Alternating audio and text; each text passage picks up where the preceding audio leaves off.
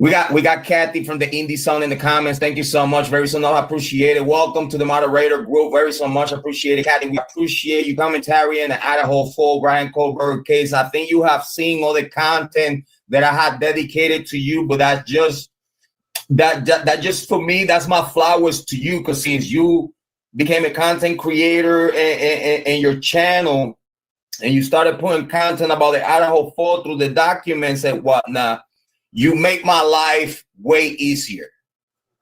As far as a content creator, that now, instead of me sitting there and go through the documents, I just go to Kathy and check the documents. I listen to a good conversation. I listen to a good talk, a good interpretation. Big shout out to Kathy from the Indie Sun. We love your work. We very so much appreciate you. Thank you so much. Kathy said, let me see what we got here. Kathy said, Jrod explaining the Fourth Amendment, right and fair, impartial jury. Yes. Yes, impartial jury, Kathy, is very important. In this case, we wouldn't have that. In this case, in my opinion, we would not have that. Because again, everyone,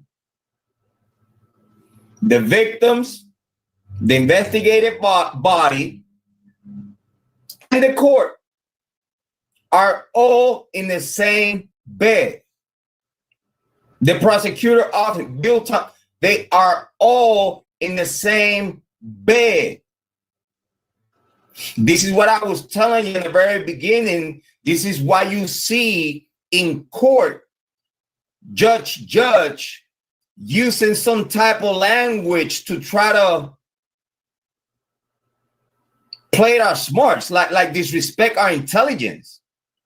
You know what I mean? Like we know that you pushing the state narrative. We know that you backing the state up. It don't matter what Ann Taylor would have done.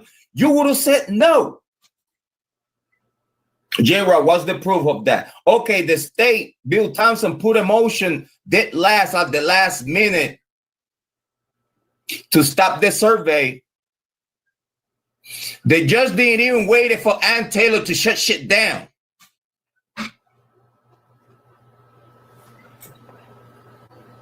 What? And then the judge there to say, like, whose rights we violating? Who? Oh, Ann Taylor. Who? This is judge. Whose right we violated? Whose right you violated?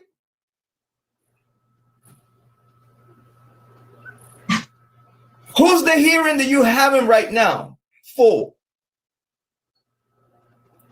So obviously that's the same person that you violating the rights, the same person that is the defendant that is on that case, on that hearing that you are taking care of at that moment. But with that comment, you told me and told the whole world that you're a fucking clown. Ain't nothing serious about you. And that's my opinion. And nothing serious about you, Judge. Hippler, you said that you are so knowledgeable and this is your first case. This is your first criminal case. This is your first criminal case on your docket. Why is Judge first criminal case on the docket when is also Brett Payne first criminal case on the docket?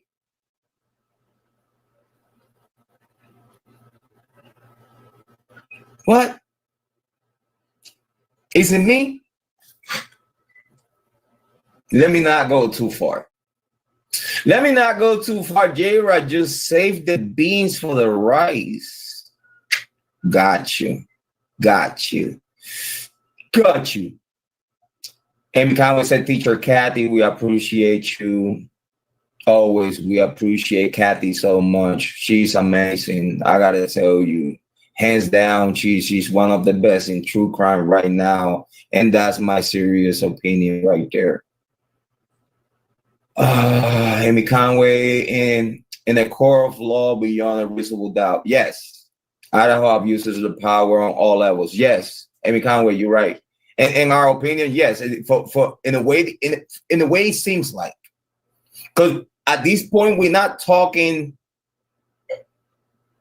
speculations. At this point, we're not theorizing. At this point, we ain't doing all hive minding shit. At this point, we could tell you exactly what it is because it's in the documents. We've seen the hearings. I have literally all the hearings recorded, and please don't ask me how many times I watch these hearings almost every day, even while I'm editing videos.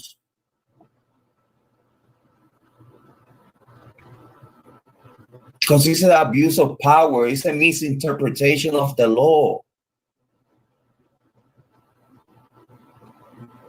They're using illegal loopholes. It's not first time that you hear me saying this. Illegal loopholes. Like when you, to force someone to plead guilty, you use every single dirty trick. On con law, your case is not solid. And if your case is not solid, you should not try to prosecute no one.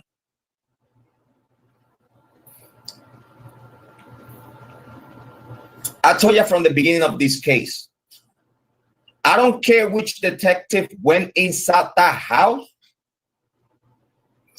I don't care which detective went inside the house. Soon as he went inside the house, he smelled, perceived, sensed, and realized that there, whoever was guilty of, this is a murder one per body. And we're going to cook him as soon as we catch him. So that means that because you did care so much about this case, because he's 4 young, innocent young students dead in a sorority house, on a private rented sorority house, which is the frat boys party house, which was the Scott Green young childhood resident.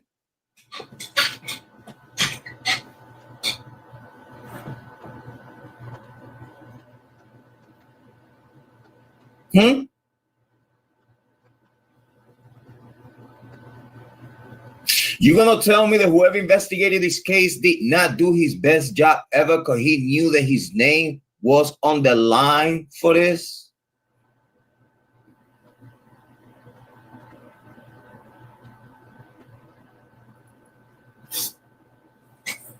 Ain't that why Captain Bennett quit it or retired?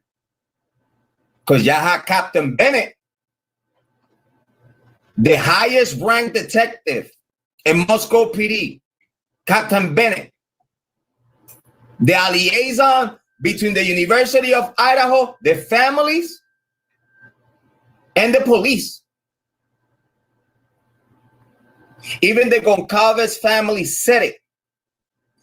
We thought it was Captain Bennett until Bryan Kohberger got arrested, that then we got introduced to Brett Payne. The Goncalves family never knew Brett Payne as the lead investigator.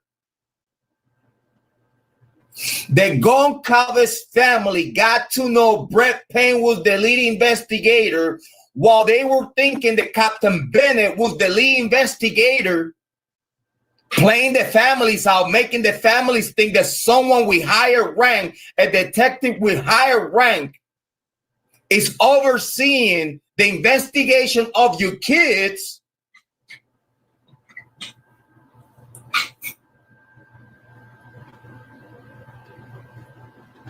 Captain Bennett was not about to risk years of hard work and reputation for this piece of shit case. You heard me, this piece of shit case. Because that's how Captain Bennett saw it. This is a piece of shit case, and I'm not taking no part in this shit. Guess what? I retire. Now you put that piece of shit Payne to do my dirty work. The work that you want me to do, because I'm not going to do. I'm retiring. So before you go and get Kohberger, I'm the fuck out. And that's exactly what happened. As the Goncalves family, if they knew Brett Payne before Bryan Kohberger got arrested, no.